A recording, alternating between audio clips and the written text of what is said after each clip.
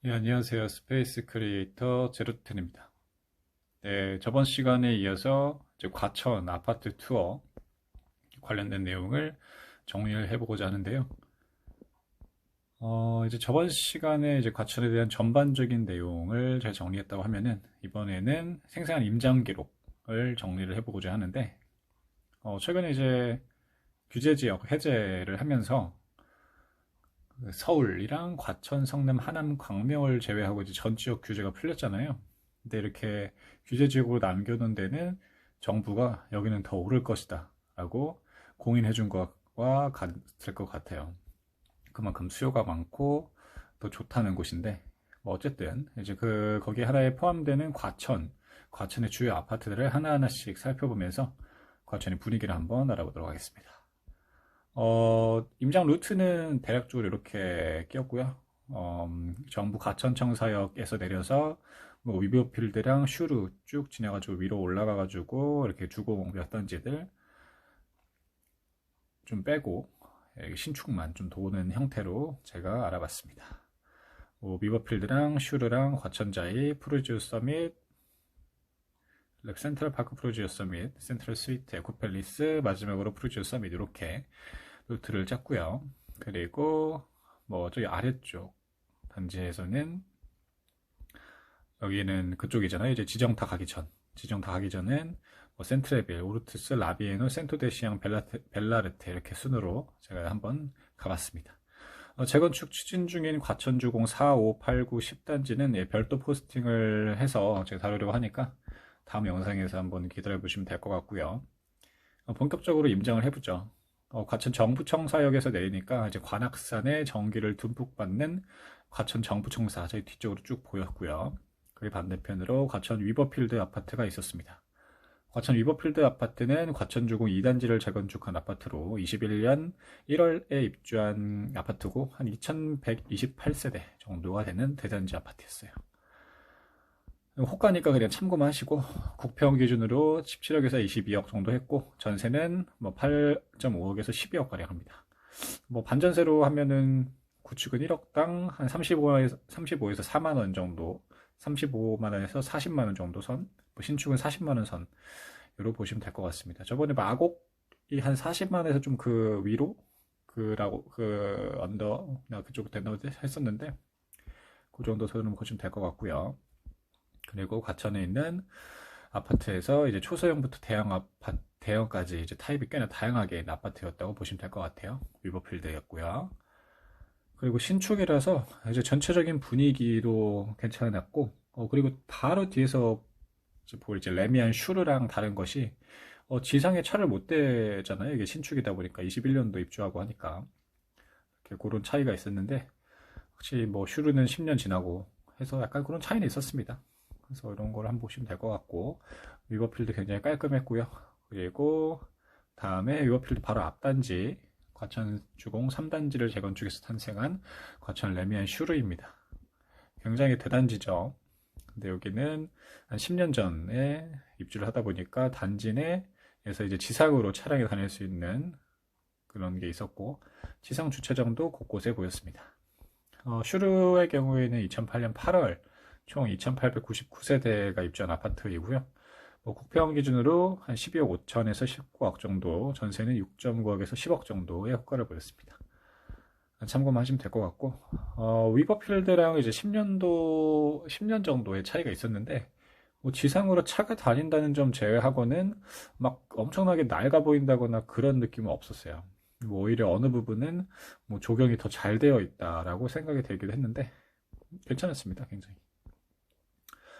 그리고 슈르가 워낙 대단지다 보니까 뭐 각각의 사정에 따라서 선호하는 동의의 차이가 좀 있었어요. 근데 이런 걸 보면은 뭐 초등학생, 중학생 자녀가 있는 분들은 저기 위쪽 문헌 초등학교와 맞닿아 있는 뭐 316, 19, 100, 320동 이렇게 라인을 선호한다고 하시고요.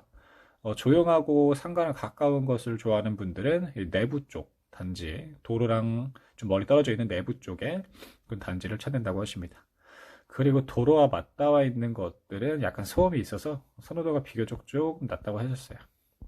보시면 될 것 같고, 당시 제가 한 달 전이니까 한 달 전에 레미안 슈르 84 타입이 한 12억 6,500에 거래가 되어서 지역 부동산에서도 굉장히 많이 놀랐다고 하세요. 이게 뭐 가족 간 거래도 아니었고 뭐 특수 거래도 아니었다고 하는데 뭐 워낙 급했다고 하세요. 이거 제가 그냥 간단하게 들어보니까 급매가 나와서 이런 탁 튀는 가격대가 함께 형성이 됐었고, 더군다나 이 해당 동이 도로 쪽 라인도 아니고 단지 내부에 있는 나름 좋은 동이에요. 335동 이쪽 라인이라서 많이 조정된 금액으로 거래됐다고 하는데, 원래는 뭐 14에서 15억 정도로 나와 있었는데 초초급매로 저렴하게 거래가 된 것 같습니다. 그리고 308동 84 타입도 12.5억에 나온 매물이 있었는데, 관심 있으시면 한번 확인해 보셔도 좋을 것 같고요.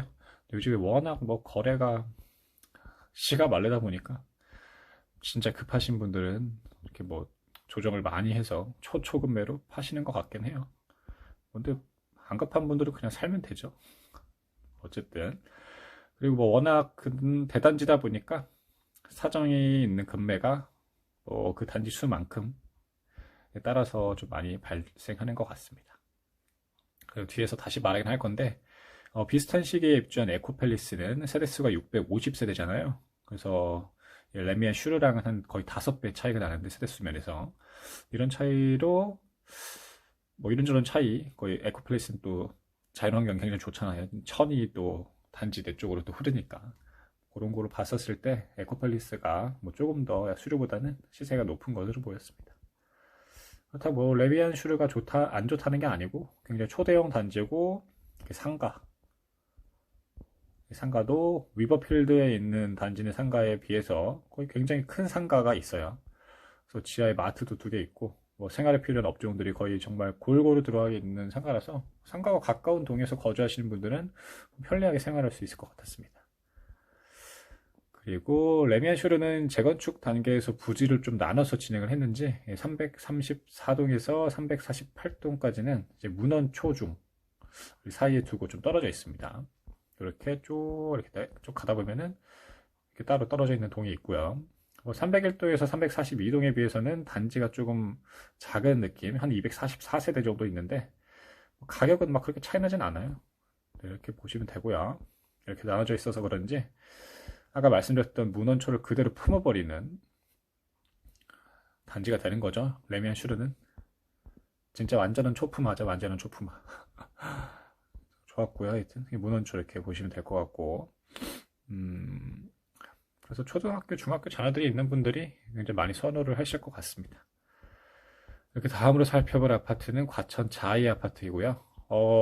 저는 개인적으로 저번 영상에서도 말씀드렸는데, 이제 과천 자이랑 바로 아래서 살펴볼 과천 센트럴파크 프루지오 서밋이 가장 마음에 들었어요. 나중에 진짜 이런 데서 좀 살아야겠다라는 생각이 들 정도로 디자인, 외관, 이런 조경, 이런 겉에서 바라보는 모습들이나 이런 아우라들이 굉장히 정말 이런 게 좋았어요. 그래서 뭐 자이는 뭐 디자인 하신 분은 다 아시겠지만 독일 IF 디자인 어워드에서 뭐 건축 구분 수상도 했다고 하는데, 확실히 글래본 아파트 중에서는 가장 예뻤고요. 이 조경 보십시오. 이거 대박이지 않습니까? 이거 진짜 조경 대박이고, 그런 자체 굉장히 이게 아파트가 맞을까 싶을 정도로 굉장히 고급스러웠습니다. 과천 자이는 과천주공 6단지를 재건축한 따끈따끈한 단지로 21년 11월에 한 2,999세대가 입주한 따끈따끈한 신축이에요.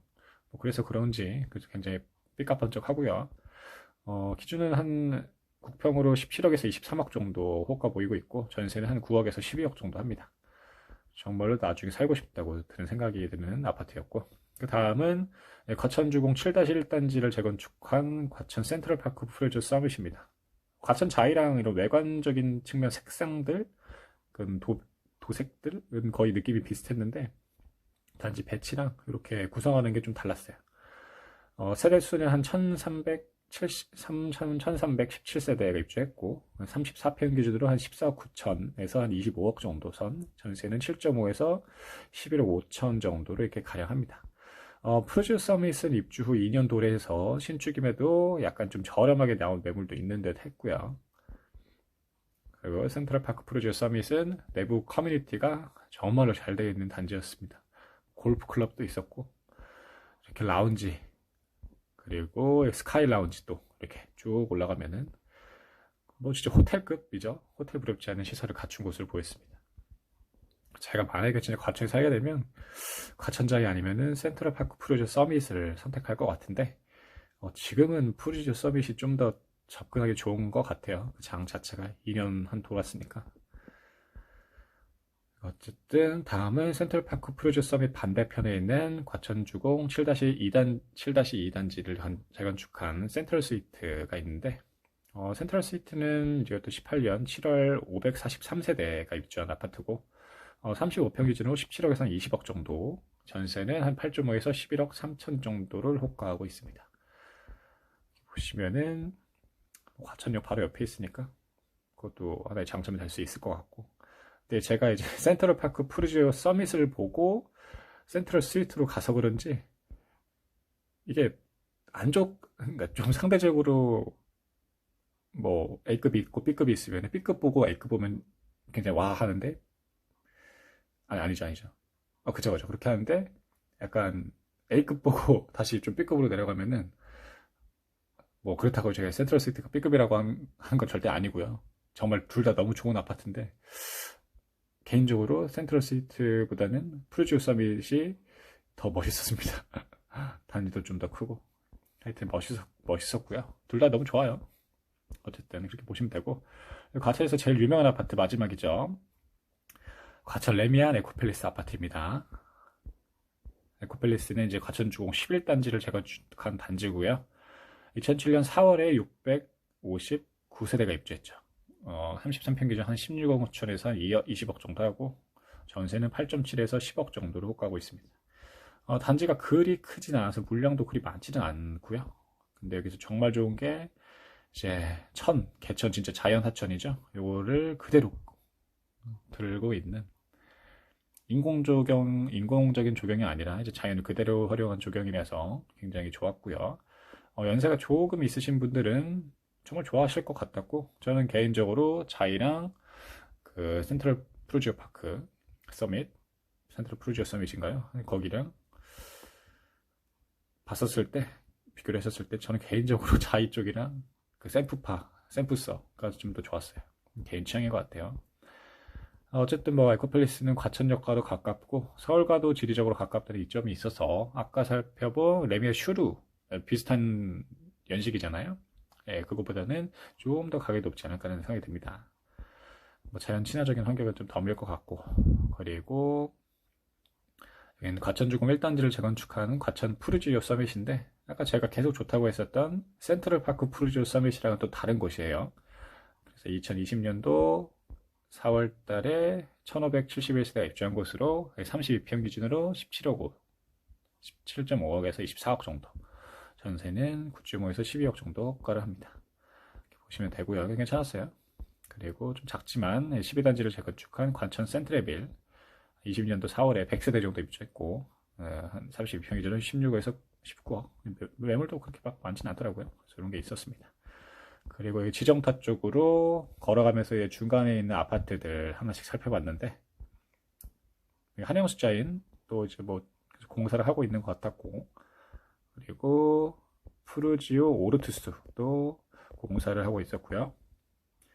푸르지오 라비에노 여기는 있었고, 가는 길에 이제 뭐 지정타들의 여러 가지 아파트들, 그 펄어비스죠, 펄어비스 기업들도 보였습니다. 푸르지오 라비에노랑 뭐 대시양, 벨라르테 등 이렇게 하나씩 다 봤으면 괜찮았어요. 여기도. 근데 지식정보타운 같은 경우는 한창 조성 중에 있는 곳이라서 과천 원도심에 비해는 좀 인프라가 딸려 보였어요. 뭐 그에 따라 84타입 신축 전세 가격이 한 6억에서 뭐 7.5억 정도, 저렴한 부분은 이렇게 원도심보다는 좀 낮은 가격대가 있는데, 그만큼 인프라가 좀 딸린다는 말이겠죠. 뭐 아파트 신축이라고 해도 여기까지 뭐 그런 건 있었고, 뭐 본인의 이런 자금 사정이랑 이런 상황 사정에 대해서 선택하시는 거는 다 달라지실 수 있으시니까 한번 살펴보시면 될 것 같고요. 여기까지 이제 과천 원도심이랑 지식정보타운 임장기를 전달드리면서 재건축단지 분석글은 다음 영상으로 제가 올려드리도록 하겠습니다. 도움이 되셨다면 구독, 좋아요, 알림 설정 부탁드리겠습니다. 감사합니다.